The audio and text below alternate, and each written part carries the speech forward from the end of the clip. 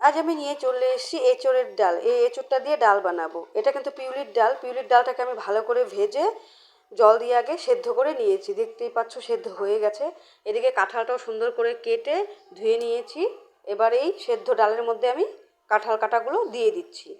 এবার এটাকে দিয়ে ভালো করে 10 মিনিটের মতো ঢাকনা চাপা দিয়ে ঢেকে রেখে দিব কাঁঠালটা সেদ্ধ হওয়ার জন্য। দিয়ে দিলাম একটু হলুদ।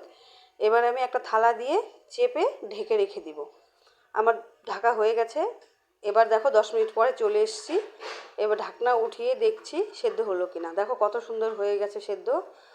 তো এবার এটাকে সম্বার দেওয়ার পালা। ডালটা তো আমি ভেজে নিয়েছি, তোমরা বুঝতেই পারলে। আর হচ্ছে এটা পিউলির ডাল। চাইলে তোমরা মুগের ডাল, মটরের ডাল এবং আরও অনেক ডাল আছে। মুসুরির ডালও খেতে পারো, তবে মুসুরির ডালে পেঁয়াজ দিতে হয়, তার জন্য আমি খাই না।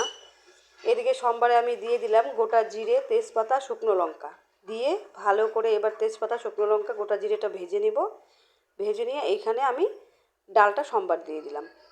এবার সম্বার দিয়ে এই 1 থেকে 2 মিনিটের মতো ফুটিয়ে নিয়ে সামান্য একটু চিনি দিয়ে দিলাম, ওইটা টেস্টের ব্যালেন্সটা করার জন্য আর কি। তো এইখানে আমি চিনি দেওয়ার পরে কিন্তু নামিয়ে নেব। হয়ে গেছে আমার ডালটা, আমি নামিয়ে নিচ্ছি। এইভাবে তোমরা ডাল রান্না করে খেয়ে দেখো। এঁচোড় দিয়ে হেভি লাগে খেতে। যে কোনো ডাল দিয়ে করতে পারবে, একবার করে দেখবে।